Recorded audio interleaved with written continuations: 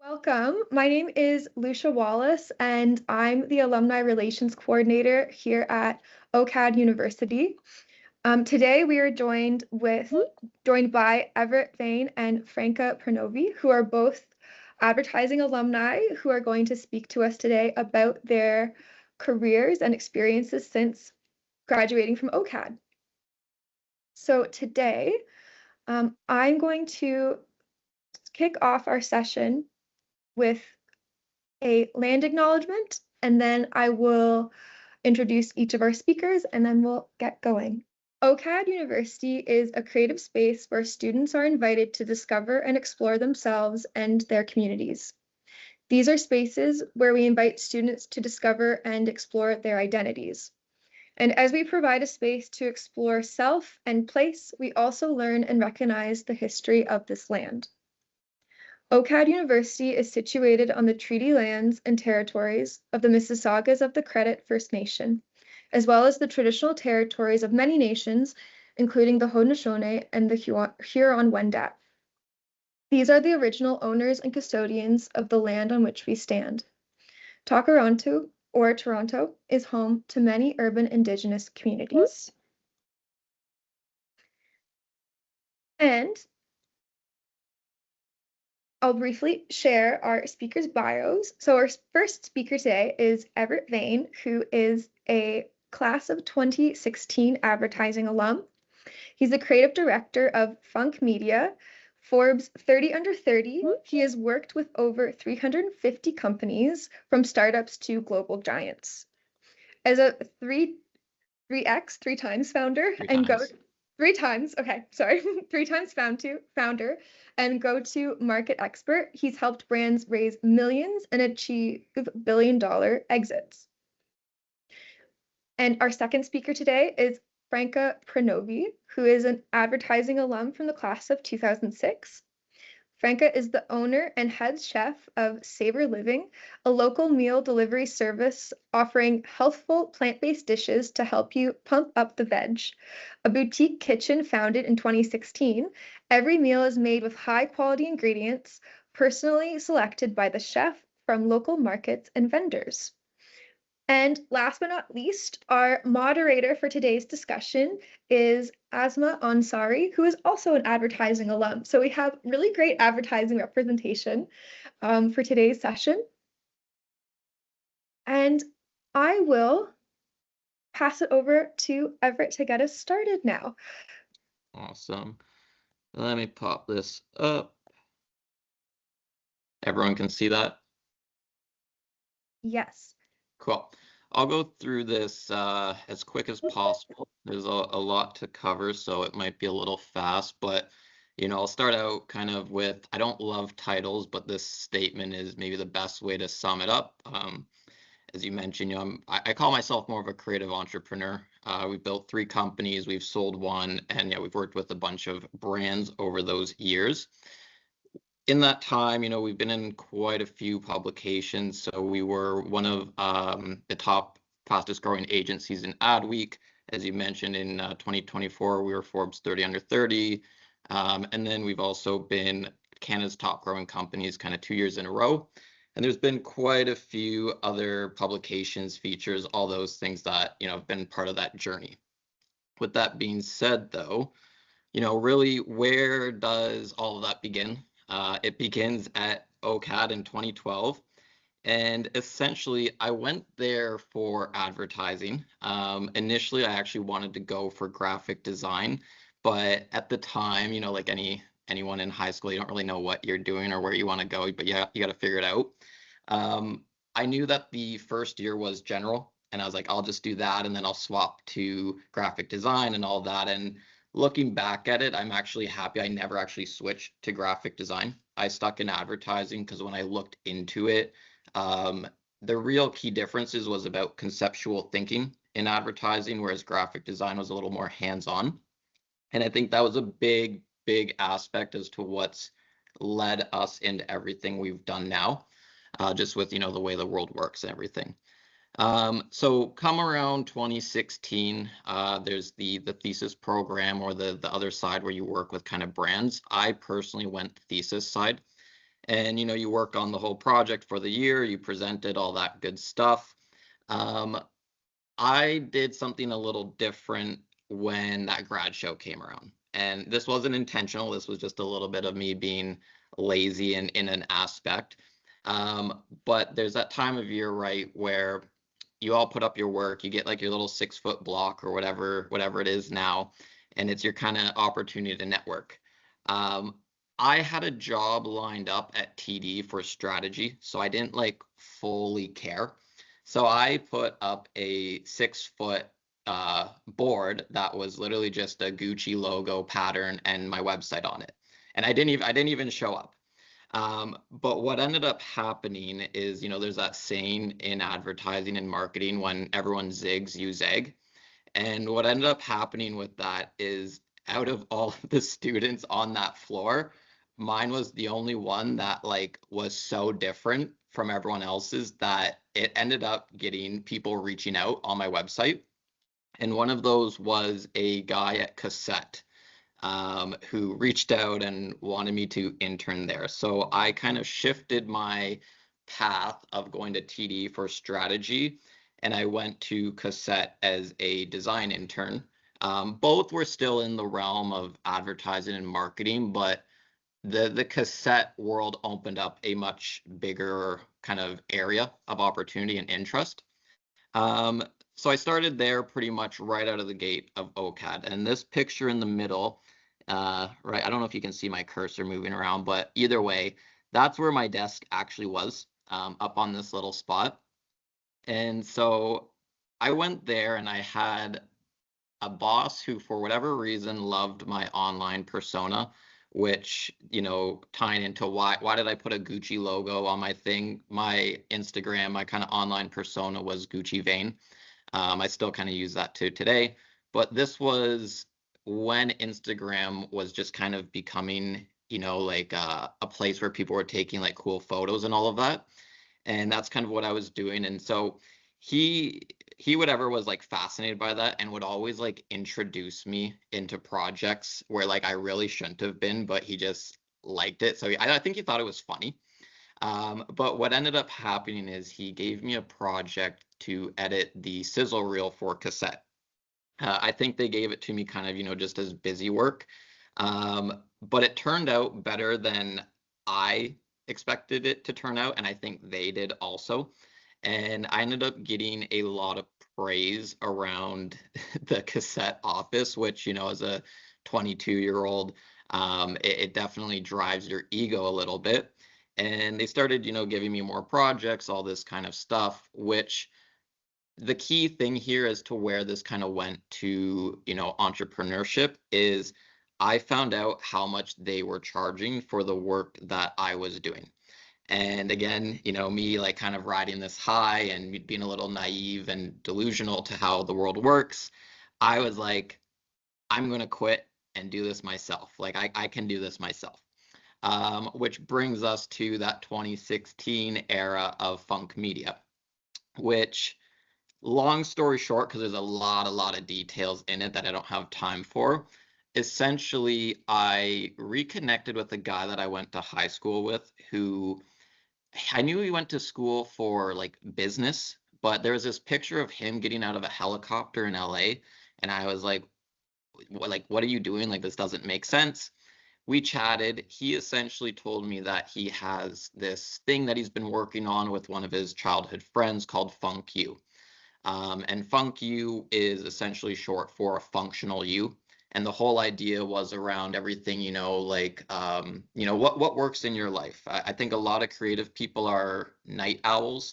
And one of the big things for me at Cassette was having to be there at 9 a.m. means I have to get up at 7 a.m. and, get ready to go. But I'm doing all this stuff at night because that's when I was creative. And it was a vicious cycle of not really like, a healthy routine. So I connected with them, and this picture here, funny enough, this was our whiteboard. This is literally where everything started. We started above a garage in a loft. So everything got done on this whiteboard for the first couple of years. And eventually over time, Funk U transitioned to Funk Media. Um, Not going to get into all of that maybe in the Q&A side of it, just because again, there's a lot of details, but this was the first version of Funk Media. It was a very, very poorly designed thing. And the reason I want to show this is just because, again, like I think a lot of people don't realize how much time it takes to build something and effort, and just there's so many aspects into it, and people expect results instantly, but you start somewhere and you build on it. And that's why I mentioned too, a little bit of the delusion and naiveness of being like this myself. But where that brings me is to today, right? Like, where has Funk Media come 9 almost 10 years later? Well, we kind of define ourselves as a specialized agency partner. So we're full service, everything from branding to web to social to management, all of that. And we really like to work with what we call ambitious companies to develop kind of campaigns or strategies or just, any project that is relevant for today's customers. With that being said, too, right now we're a team of about 15 full-time employees. At our peak, we were about 40 employees, and we're fully remote, always really have been, because we've always just been focused on that digital side of things, right? And just to kind of go through all of that, right? Like, these are just some of the clients we've worked with quite a bit, but the reason I really wanted to kind of show this again is, how do you build to get to these clients, and how does it get started? So when we got started, we were really, really just working with local kind of like small restaurants and things. And we got lucky in the sense we did that for about like 2.5 years. But then the pandemic came around, and I'm sure everyone remembers that everything was shut down and everything was digital. And we were one of the only agencies that was really positioned as digital first. And what ended up happening is, a little bit of that like hard work you're seeing. This was, like I said, so 2 or 3 years into the whole Funk journey, where, you're making very, very minimal money. You're barely paying yourselves. You're trying to hire people to, do everything there. But as soon as that happened, that's where like everything changed for us. It's that like luck kind of meets opportunity aspect. And we started getting some bigger name clients, and we kept showing up, hard work, and it's kind of grown into what I just said, and working with a lot bigger brands now versus say just a local restaurant or something like that. But what I want to talk about too as part of that is because in advertising, in entrepreneurship, and especially in the agency world, it's all about results and like what you've done in the past. So like case studies. And the one thing that we really struggled with is having good case studies that had these bigger brands want to be able to trust us. Because a lot of the time you get met with, well, you haven't done anything that's relevant to our industry. I still look pretty young, but I looked even younger 5, 6 years ago, and that was the same kind of thing. You got a lot of skepticism, I should say, about it.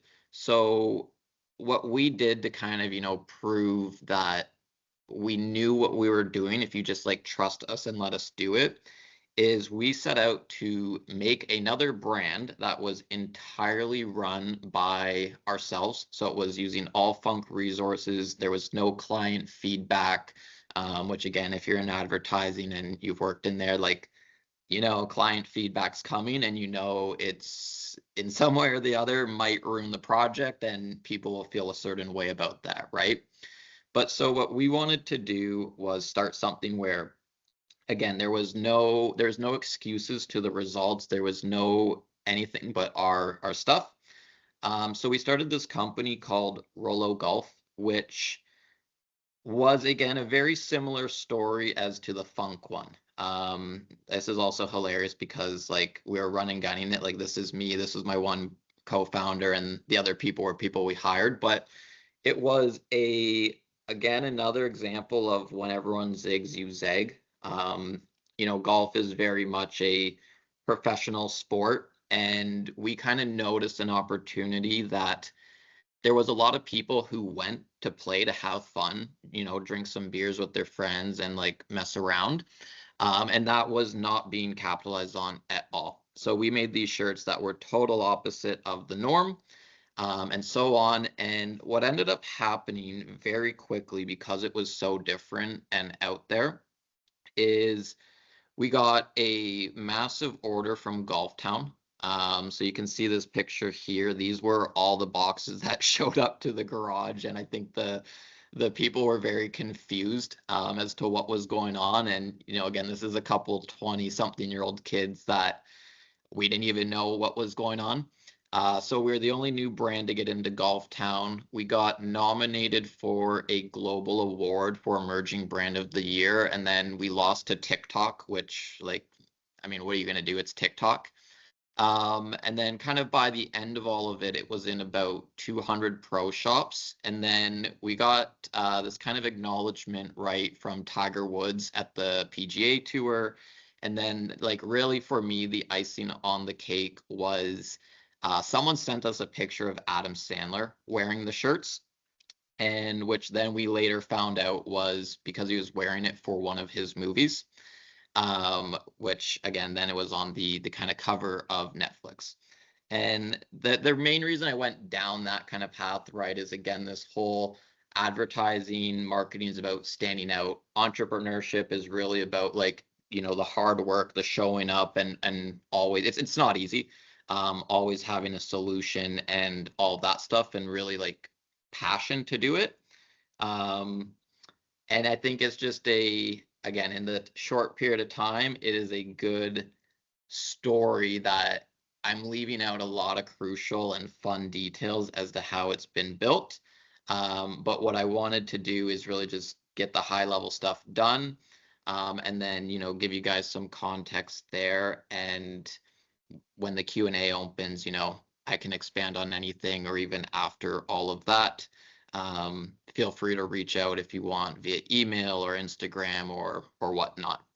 And then also on this page, there's a link to more case studies and kind of content that we've done. So that is at a very, very high level. My time at OCAD, where I kind of left and went to after that, and then where we've ended up today. And I should mention too, the one company we sold was the golf apparel company. I would recommend not looking it up now, because the people it got sold to, they definitely had their fair share of changes that, in my opinion, are not for the better. So I will stop there. I don't know how much time is left in the 15-minute segment, if we want to do any questions, or if we want to move on and just have a longer Q&A session at the end, but I will let you tell me. Sounds good. You know what? You are almost right at time. So I think we'll just transition a minute or two early, and then we'll have more time at the end. But thank you so much, Everett. That was great. And I did forget to say this at the beginning. If anybody has questions, please put them in the Q&A box or the chat, either's fine. And then we will go through them after Franca's presentation. So mine is totally different trajectory. My name is Franca Pranovi. I'm an OCAD alum of 2006, which means I started in 2000. And everyone here is a little later than me. But let me just go through my journey, okay? Because OCAD, when I started, was OCAD. It wasn't a university at that time, but it did end as a university when I finished. So just a quick snapshot. So when I started, here's my snapshot. So hi, everyone.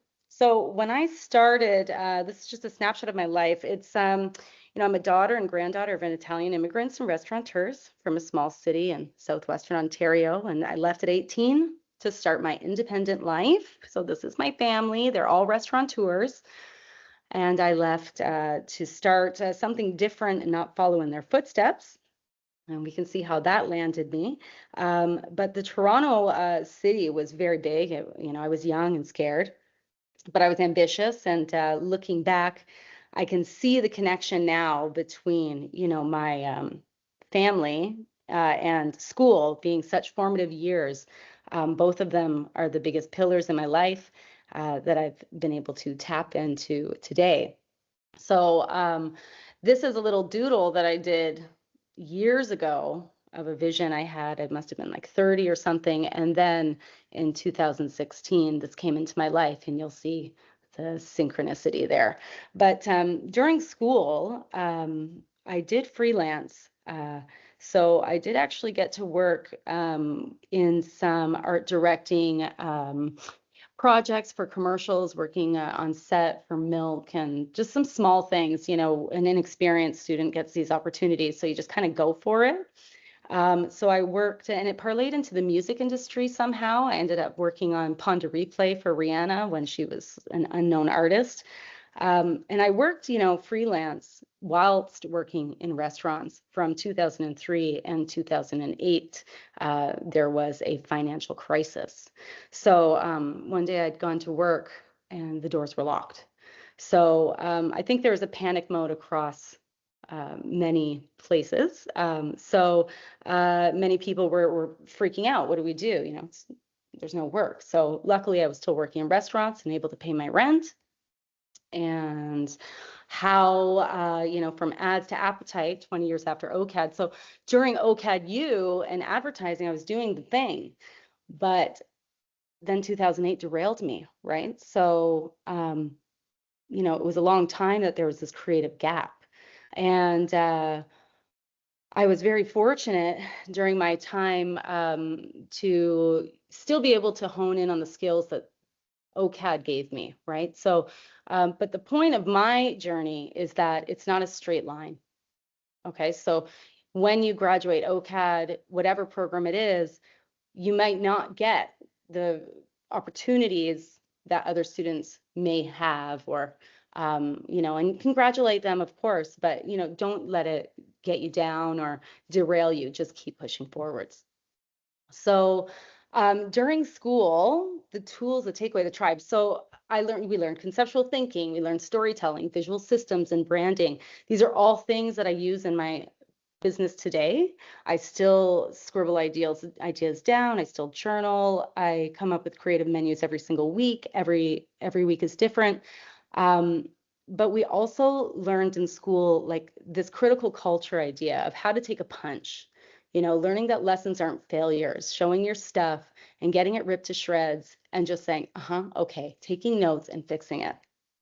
But what I also learned from OCAD is my friends and the community it brought. So while you're at school, you want to foster these relationships at OCAD from peers in and out of your program. These girls in the bottom left are friends from first year university 20 years ago, and they are still my best friends to this day. I can accredit them to a lot of opportunities just by, I know a girl who knows a girl who knows a guy, right? So maybe you can help them, because I was always working hard. So they knew that. And I do really highly suggest learning how you can meet people in and out of your program. I mean, I didn't have any friends in Toronto, so maybe some of you are from Toronto and that's not a thing for you, but it's helped me. So as I was going through all these years, like I'm 44 now, right? So I learned that opportunities are very rare. And if you want to be an entrepreneur, even though I was trying different things constantly and working, the opportunities just weren't there for me. And when one came up, or if one comes up for you, you have to take it. You cannot spoil opportunities. So I like to say that Saver didn't find, I didn't found it, but it found me. It was through one of those connections that someone finally approached me after years of opening restaurants and doing everything under the sun, from back of house to front of house, designing menus, designing their logos, doing their social media. It was years of working for others that finally an opportunity arose. And someone said, if you ever want to own your own business, let me know. And at first I didn't take it. I was, what's this? But it wasn't long that one of my staff colleagues said to me, you hate it here. You're working your ass off. Go see what that was about. So I left, and they were right. You work so hard for other people. Why not do that for yourself? So it was about 2016. This company had just started, and it was failing. So someone said to me, if you ever want to own your own business, let me know. And I went over there, and it was perfect. It was this cute little kitchen, and it wasn't doing very well. And I just jumped in full force. I volunteered for a month to see if I could hack it. And the idea of having my own menu and using my own ingredients and really applying what I wanted to put out into the world really spoke to me. So even though it wasn't in advertising, I could see how it all fit together. So it didn't matter. As much as I would have loved to have followed the advertising stream, I went full force into this. So I used not just advertising elements. One of the greatest books they made us read was this book called Positioning, which again, networking. But you have to keep yourself in a position where these opportunities can come to you, and then more opportunities will come. So these are just images of my food. Everything is unconventional. It's all plant-based, and we have fun. I like to say that the plate is my canvas and the food is my medium. So it's just transferred from one your usual paintbrush, computer renderings, all those things, to something different. The culinary arts is a real art, and probably one of the oldest. So, you can see that I use a lot of colors. There's a lot of different textures. The food has to speak like one of the advertising ads you would see on a billboard. You have to get their attention so that they order every week, right? So with my business being perishable, using perishable ingredients, and there's a lot more risk, right? I have a huge overhead. And staff. How do you have people recreate your visions? It's not easy to direct others and be a leader on a team.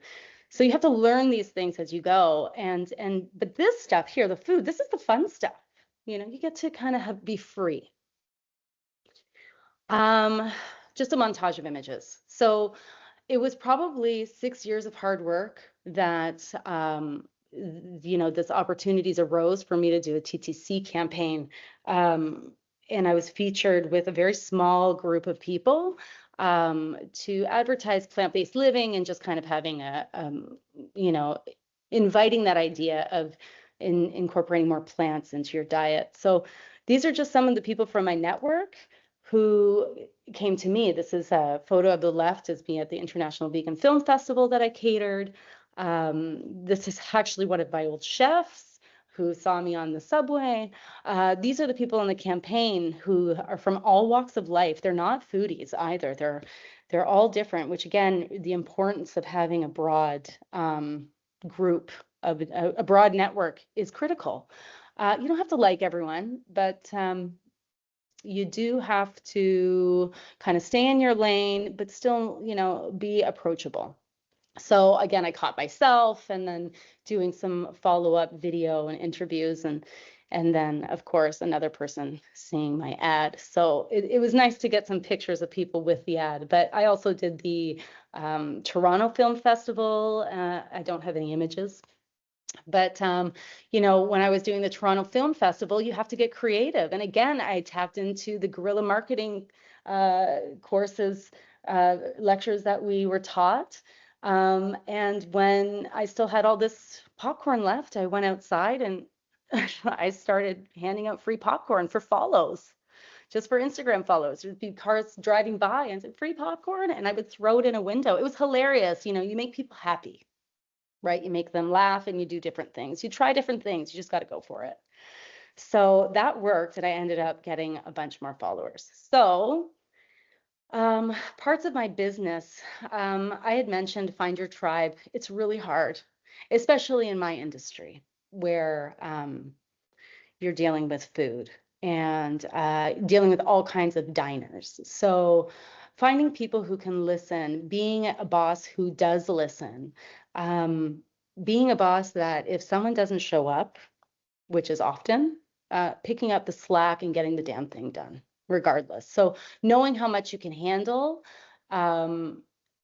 is really important. There was a time where I had to remove my entire team and start on my own because I started losing control of the food, how it was being prepared, presented, etc. So that was a tough time, but I pushed through, and now we have a new team and things have really ramped up. This is a long time, right? So since 2016. So find your tribe is tough. You want to offer quality service, whether it's, any field. So, not just my food, but my customer service. I deal with the customers. I deal with clients, who want caterings, and it's just all over the map. I just got a text message from a customer who wants to talk to me about my one of the dishes I had sent her, so it's just never ending. And how do you put pause on things before you address them when you're in the right mental state, right? So, policing your time appropriately. I still write.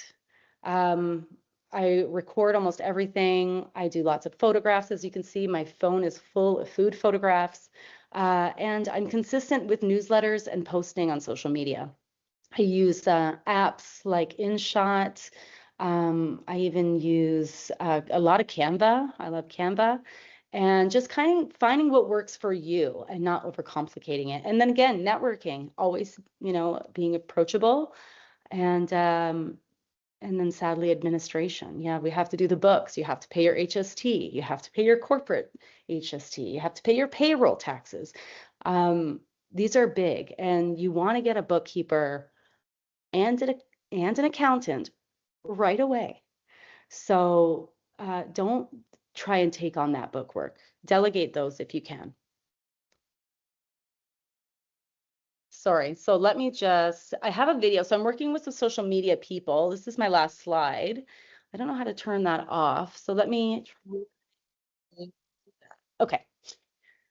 So like I said, food is my medium, the plate is my canvas, and I believe my work is for good. So I think that's really important when you're doing anything. If you don't believe in it, no one's going to believe you, right? So, and even if the journey is not always straight, like I'm saying here, it's okay. You still have to go with it. Do not feel intimidated by another person's journey and their success, because as long as you keep going, things will come to you. So be a believer in that. Know that everything will be okay. You're young. The world is very scary. And there's not a lot of opportunities, like I had said. So keep your eyes peeled, position yourself correctly, and eventually somehow things can work out. So with this slide, I have I'm working with some social media people. They're young as well, and they're kind of savvy. I mean, Instagram started in 2010, guys. So I was already a graduate. It's a totally different ballgame. I mean, I don't recall having a thesis year and posting my final, I think everything's changed at OCAD. It's gotten much more organized. One of the things that I really suggest with OCAD students that I was never given the opportunity is finding a person in your course who can help you with briefs, handling the clients. One thing I found really difficult, especially even with my business, is even though I do deal with the customers, initially I needed to have a buffer person. So this person would take all the message from the outside world and then give it to me when I had the bandwidth, right? So, and that goes for invoicing. It's hard when a client, especially in my field, wants food and they're talking to me. right? Because they want a deal and they want this. So know your value and set your price, and maybe find someone who can broker that for you. And then you can do it for them. So this way you learn both sides. This is one of the things that I've always said OCAD needed to encourage. I would have loved to have had a person in my program who could do the contract stuff for me, and I could do the contract stuff for them. And then you both learn, right? In any case, so, adapt, network, keep moving, embrace change. Like I said, opportunities are super rare. You have to go for it. And failures become lessons, and therefore failures do not exist. Mostly have fun, exploring, enjoy the ride. And unfortunately, you always have to do the work, but it doesn't have to be perfect. Everything's evolving. So I just want to show you this little video because I haven't posted it yet, but I'm getting lots of attention these days from this. So this is a video that was done. And is it going to play? Yes.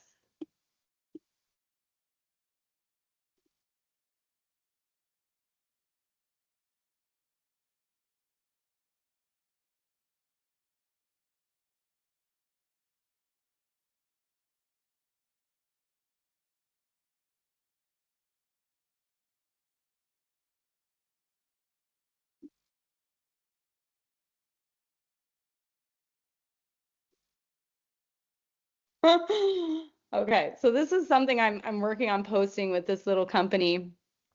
And then I just wanted to show the last little slide is this one here. To have fun, that you got this and you're not alone. OCAD's always with you guys, no matter what. And it's your peers that will always help you, encourage you along the way. So that's all I have to say.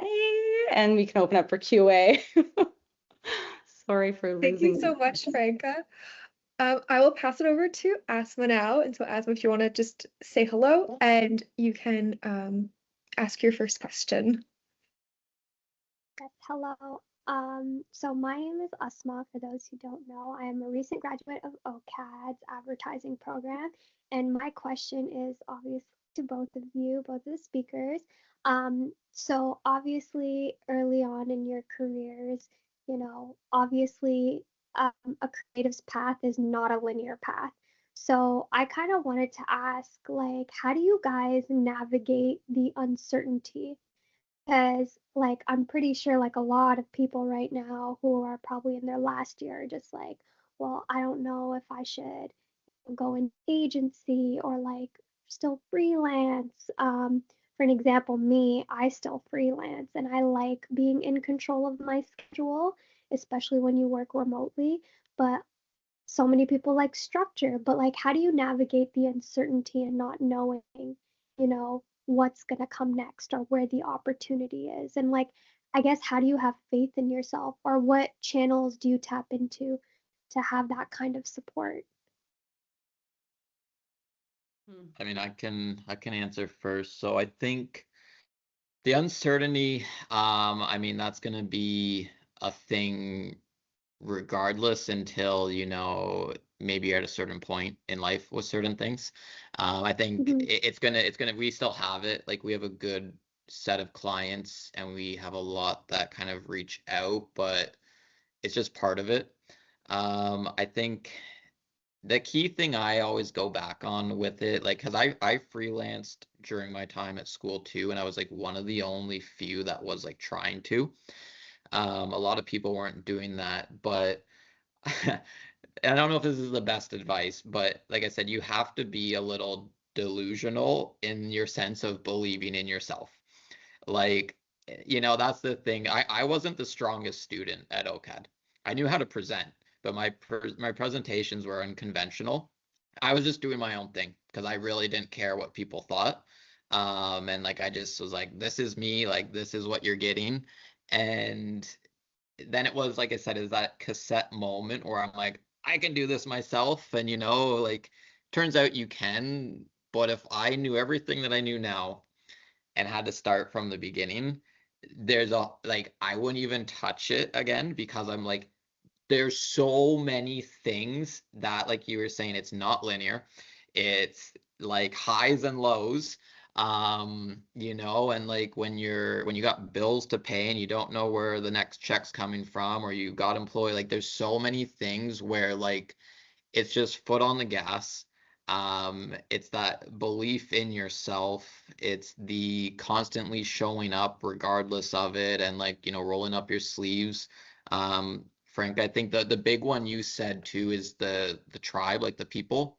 Like I've always said this, like the two people that I partnered with, they are not creatives. They were business guys. One is admin. He knows contracts. He knows that stuff. The other is a networker, right? And it's the three of us. I would be nowhere without them. They would be nowhere without me. We've stuck together. We've always been on the same page. And that page has always been like that, like, yeah, we'll figure it out. Like we can do this. But that is it's the hardest thing to do is to find the people, but it's the most important part. And like the admin, the non-pretty stuff, like it's boring. That's business. And that's what a lot of creative people do not do. And it's like, Yeah, that's business. no, Mhm. absolutely. For me, if I was to answer this, being from a different era, the fear is real, okay? Especially for me. I was not confident. I had no friend. I was from a small town, and I was the only person in my town who came to Toronto. So I had no friends. At the time, I think there was one kid that went to North York, and here I am going to Jane and Finch at like midnight on the TTC, not even knowing that this is some sort of, you know, bad neighborhood. I'm just total fish out of water, right? So Mhm. finally, it came to a point where I made my first friend at OCAD. And then it just, you build your network of friends. And I would say, how do you handle the fear? Find your tribe, like Everett was saying. It's like the one thing, these are my best friends to this day. Lucia, I think you work with Christine. This is my Yes, sister. I do. This is my That's how I heard sister. about you. She she's the one who called me because life be lifing. Okay. So no matter how it is, like Everett said, when the pandemic came and he was like, uh-oh, and everybody else was like, uh-oh, 2008 was a big issue too. Big issue. I went to work and the door was locked. I was working at restaurants. I was doing graphic design, which I had to learn myself on a G5 computer that was $5,000. Like there was no laptops. So, printing large format projects and helping students at OCAD in different programs who had projects. So I'm printing books for an artist, Danilo, who's still an artist today and curator. I was doing posters for friends of mine who started hot sauce companies, and just all these different things that you make yourself become essential for others. If you help others, it will come back. Life is a boomerang. It doesn't have to be pretty, but man, when you're scared and you're anxious and your parents have expectations of you and you're trying to pay the bills, and that's why I went to restaurants. My mom yelled at me on the phone and said, "What are you doing over there? You're lost. Go to a restaurant, start working." So that was like my foundation. And sure, I worked in the industry. Listen, I don't want to, paint a brush with anything, but the advertising agency and industry itself was very different. I mean, I worked for Little X and did like new movie sets, okay, like Jay-Z, all these kinds of things with music videos. It's an ugly scene. It's a who's cooler scene. And I was Mhm. not into it. I was not into it. So now what do I do? Because I'm being taken advantage in different ways than let's say a male person would, like a male, right? And I didn't like it. It made me very uncomfortable. So I went to work, I built my confidence, but I'll be honest, there's luck involved in this. So how do you stay calm, cool, and collected, pay the bills when at the end of the day, this just could come down to luck? So you have to consider your odds. What are your odds? So pick your tribe, diversify your tribe, positioning. I still remember that book from the curriculum. putting yourself in appropriate positions. And when you don't feel it, get out of there because things will come. So I have to say that there's faith. I have to say you keep working. Don't dwell and reach out to your tribe. Ask people. Still apply. I definitely wasn't one of those people that was like, hey, do you know anybody who's hiring? Don't do that. Just start working. Someone will call you and say, hey, you know what? I know these girls are trying to open a restaurant for years. They don't know what the hell they're doing. You've opened 4. Can I give them your number? Sure. And you know what? If Toronto's not working for you, get out. My kitchen's in Oakville. I deliver across the GTA, right? So don't be limited to Toronto. You can always, work mobily, especially now. I do need the structure, Asma, like you're talking about. I need to go to a kitchen. I should not be left to my own devices at a desk. I'll do nothing. But yeah, I think that all those things together, and honestly, you're coming out of school, you have Everett's contact. How dare you? You're so lucky. You can have mine. We are your cheerleaders. Your OCAD peers will always think about how to help. So that's my advice. You never know, but you have to be okay with knowing that you don't know. Mhm.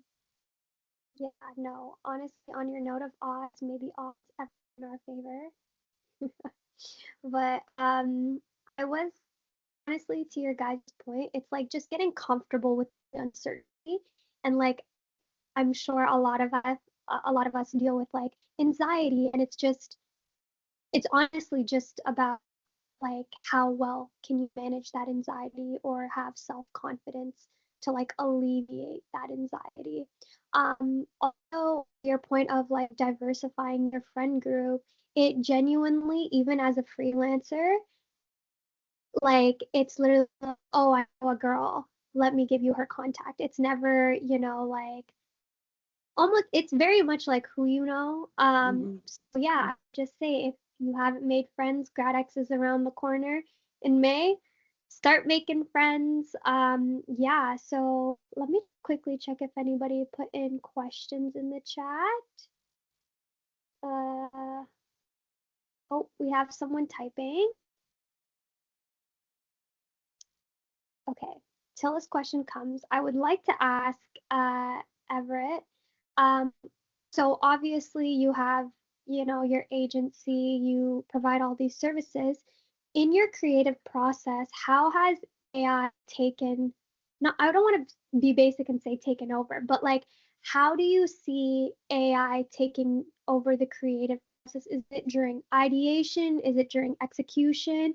And do you even allow AI to be a part of your ideation process? Or do you, use it later on? Like, how do you kind of assess, where could you use it, or do you not use it at all and you're against it? Well, so I mean, it's a very controversial topic. I Yeah. posted a meme reel on Instagram a couple months ago that like went viral because it was like fun prank, like make people study for 16 years and then replace them with AI. And Yeah. like it's obviously satire, but you know how I mentioned at our peak we were 40 employees and now we're 15? That's because of Yeah. AI. Because we use it, it's a tool. It does not do the job for you. It's like Photoshop, it's like Figma, it's like Canva, it's like a Google Doc, right? It's a tool that's evolved, but you need to know how to use it. And you need to know how to use it with something else. It's not going anywhere. It's getting better and faster, to the point where like we use it every day for certain things. And some stuff I see, I'm like, I can't tell if that's AI or not. Um, Definitely learn it because yeah, it's not going anywhere. It makes things faster, cheaper. In terms of our ideation process, I mean, that's going to be personal because like we have an art director who I would say sometimes overuses it and over relies on it. I think it's a great starting point to maybe flesh out an idea or like, get different things. Personally, for me, I get ideas from everything. It might be walking down, it might just pop up. You might see something, you read a word, and you're like, and maybe an interesting way to go about something. So that's gonna, maybe just be how your brain works. I'm a big like spitball stuff, and then that kind of sticks, and that, and then like you start piecing it together, and then you end up with something. But if I just took a prompt, put it in AI, and went with it, it's not gonna be good, because you still need to know what to look for, right? You still need to understand, like, that's it, like that's the little piece that maybe I couldn't articulate, or like whatever it is, it could Just the way spark. it's framed. Yeah, like I did a campaign recently where, yeah, the back and forth started with AI. I had an idea like what I wanted, just prompting, seeing what it would do, give me something different, and then like it was okay, I like what that was, and I like what this was. What if we do something like this? And then you flush it out, right? And then you talk to people. You ask other people. You don't give them context, or maybe you do, and you see, does it stick or land? But long story short, use it. Don't neglect it. And this is where it's controversial. A lot of creative people are against it. And like, unfortunately, like, the world is a cruel place, and like, you're gonna get replaced by someone who is using it. Just with Absolutely. how good it is getting. And I don't know, you can't fight change on that level, right? No, absolutely. Yeah. No, it sounds like if you embrace it, then it's just gonna take your job. Yeah, and I was it's actually talking, yeah. oh no, I was just gonna say, like, it's not the end, it's just a tool, right? It's easier to write in a Google Doc than it is to write by hand. Like, that's what it is, you know?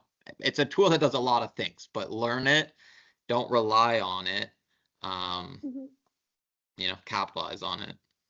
Yeah. It kind of sounds like you should embrace it. You should know the tools that are out there, but also know at what capacity you can use it for, whether Mhm. it's in your ideation process or execution. Also, I've heard if you're going to use it in your execution process, you might want to, go in Photoshop and clean up certain Yes. things and make sure it doesn't look messy, or make it doesn't look like it's actually AI. Yeah. But yeah, again, it's a tool and we should embrace it or at least know what's out there. Yes, a lot of creators are against it, but know how to use it to your advantage, right? Um, that's what the tools are there for. Frank, I was going to ask you, at what point did you realize that agency life was probably not for you? Like, what Oh, was that like? Oh yeah, I didn't. mhm. It's like I had one of those moments, and I was like, yeah, I don't know if that's my life yet. But what point was that for you? It was during school. It was during school before I started working on sets. The as much as I love the critical thinking and the conceptualizing of things, it was, there's this club of, people who had been in the industry for so many years. Everything's kind of a club, isn't it? I just didn't get received professionally. I felt Mhm. like I was a minnow in a pool of sharks that wanted to eat me. I left. So it was just it was just a different reception for me. So and I also, when you're trying to speak and your conceptual ideas and you're doing storyboards and you're doing things, and then, an idea you think is great, you get the criticism and you're fine with that, but then, are they even listening? I just wasn't being heard, and it was a really hard Yeah. time during that era of OCAD. I think my year was one of the most difficult. I didn't think we had a group dynamic. I don't think we cheered each other on. Very competitive. And I didn't like that, which hence why none of my friends are from my program. They are literally from every other walk of school. And I did electives. I did jewelry. I did wood shop. I did glass blowing. I mean, like I did all these different, or holography. So I knew that this office, this cool school, the coolest kid in school was not my vibe. Like I just Mhm. wasn't like I'm an artist. I wanted to work. I wanted my ideas out there. I just didn't know what it was yet. And Yeah. that's what I mean when I say that it's already with at risk of sounding, hocus pocus, like it's already out there. The opportunities are there. You just have to wait for timing, positioning, all these things. But yeah, I there was a moment where, I was at school and I said, I don't want to do this. I don't want to work with these people. I don't want to sell parody products. I mean, what makes Colgate better than the next? I just couldn't, I didn't want to like lie, so to speak. I hate to, but again, OCAD's not about that. You're not lying. Bad advertising companies, Everett, come on. Like, there's Oh, the great, I say it there's, all the time. It's manipulation is what it is. There's a yeah, little bit of morale selling out for yeah, stuff. And even like you're saying I didn't want to go into agencies. So I wasn't going to. It's just the opportunity of cassette opportunity came up and came. I was like, this is too good to Of not give course, it a try. of course, of course. But And it's a I think you're toxic right. environment. It's very toxic. I remember one of our assignments was for NABS, the National Advertising Benevolence Society, for all the alcoholics.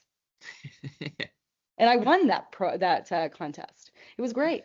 Um, yeah, I love advertising, but what I love now is I have my own business. I can do whatever I want. I know advertising is your business, which is you're so fortunate, And I also remember when I was working with clients how what I would bring to the table, like they would just want something else. I was Oh working on a yeah. Toyota campaign once, and I was just like, so what if we do this and this? It was totally different, but they just wanted the same damn stuff. Yeah, and that And hasn't changed today. I was on a call just before this, and like we always say our frustrations of things because we see it from one end, and the clients they don't, and you're just like you feel like you're taking crazy pills in a sense. That's Mhm. part of Yeah. it. If you're in advertising, like that's what I'm saying, the client feedback. OCAD taught the thick skin. They taught like you might think you have the best idea. I remember I presented an idea I thought was so good, and my teacher shredded me. And I was like, oh, whatever, like I guess it sucked.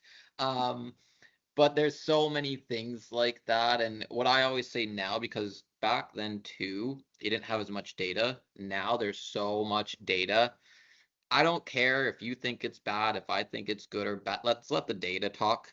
Um, but that's even still, that is very hard to do. We've had clients where we have science working so well, and because someone's subjective opinion is like, I don't know, they kill it. And it's like, this was the only thing that's worked for you.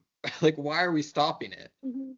But Can I that is a key part of the just advertising world. Mhm. I wanted to I add just just one wanted little to. thing quickly. Okay. Even though I was in school and learned that I didn't want to do this advertising agency stuff and started working in film, TV commercials and stuff, I still knew I was going to finish the program because it was Mm. very obvious that the program could parlay into anything. Oh yeah. Oh yeah. So, Yeah. mhm, That feeling is still around. It's just the practices, methodologies, the creative. Um, it's a good set of skills to have under your belt just to become an entrepreneur, which you have. There is another question in the chat, and it says, for many small businesses just starting out, it seems like influencer marketing and personal branding play a major role in growth. What are your thoughts and or tips on this? That's a good one. Um, so like founder first content and brands are a very big thing. I wouldn't recommend it. Like we have a lot of clients who want to do that, but here's the thing. Creating and running a business is a lot of work, and being a social media personality is also a lot of work. And we've always found they don't have time for it. So if you're going to do it, you need to be the one who can do it yourself. And again, it's all hard work. Like I think it's kind of cliche. People always say, "Oh, you're so lucky," right? And they don't realize that for 9 years, I worked every single day, weekends, night, morning, whatever. Even my parents doubted it for a while because we were in this garage. They thought we were, messing around in there. It wasn't until the pandemic when I moved back home and they saw me at my computer from the morning I woke up to like 2 a.m., like mhm. day in, day out. And then they started like piecing it together, and then they started hearing the call, they started seeing it. Now they don't give me anything now. Like they're like, I don't know how this happened. But the influencer stuff, if you like social media and you can do that, because you have to document everything, it's a lot of posting. It will work out for you. It's the same thing. It's not going to catch on right away. It's going to take some time for the videos to do it in there. It will be super powerful. The best way to bootstrap yourself up there. I mentioned at the start, like we started as Funk You. Funk You was influencer stuff before influencing was a thing. It was in that Jay Alvarez area where, like, the only reason we moved away from it because it wasn't a thing and people weren't paying for it, but people would pay for the branded media work. Like we were too soon. But now looking back, and I always say if I had to go back on something, I would just do content. I would make content and you just document and post it out there. Don't think too much about it. Get over the cringe factor. Post it. Yeah, that's your best thing. I agree. If I'm going to say something as a small business owner, I don't have time for all that stuff. I'm getting outsourced things and I don't like it even sometimes. Like they did a few videos and I'm like, oh, I don't know if I want to put that out there, right? I just do dumps. I go on to my Instagram and I'll just, when I have the bandwidth. So this scheduling and the only thing I have scheduled that I do every week other than my menu and deliveries and production is I send out a newsletter to my customers. Menus up, order now, menu's about to close, hurry up. Yep. And then I just post online, Instagram. I don't care if it's right, wrong, real, carousel, 20 in a day, and then not for 3 weeks. Don't care less. People will see the humanity. Now with this AI stuff, I write my new real person here. People love it. Your human error is now your superpower in this era of AI. And it's so freaking awesome. I know that we're running out of time, but please include my contact. Find a mentor immediately. Yeah. Will do. Yeah. Even if it's me, and then switch it up. Even if it's Everett. I mean, he sounds like a busy guy. So am I, but still. I if you want to get a voice note, I send voice notes to people all the time. Like I was like, I'll send it. Here you go. I consult even how to do my and help posts. people. Yeah. Totally. Same. Even like what I do with my posts. I teach my staff. This is how I do my photos. You go to portrait, you slide to the second one or the third one. You get a little like fogginess in the back and then, but if you wait too long, it'll get in focus. So you got to look away and then go back. Like make it practical. Don't be so great all the time. Be the opposite. Just be yourself and figure it out. My confidence didn't start till 30. You're right on time. Yeah. You know? A good one to take away for everyone.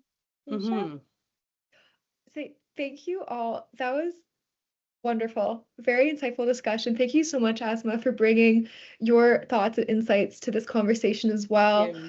And I just want to say for all three of you, the fact that you're talking about how competitive and how difficult it is to be in the industries that you're in, for you all to come today and be so generous and so open. I really appreciate it. I know that the folks who watched in today and asked questions are very appreciative. And speaking into the future, those who see the recording, I'm sure loved it too. So reach out. Don't be shy. I will be sending a follow-up email next week to everybody. I will include a copy of the recording as well as Everett and Franca's contact information. And until then, thank you all so much. Hopefully we all get through the snow and everyone has a great weekend. So yeah, thank you all so much. Thanks so much, Thanks, everyone. guys. Good luck. Bye. Bye. Cheers.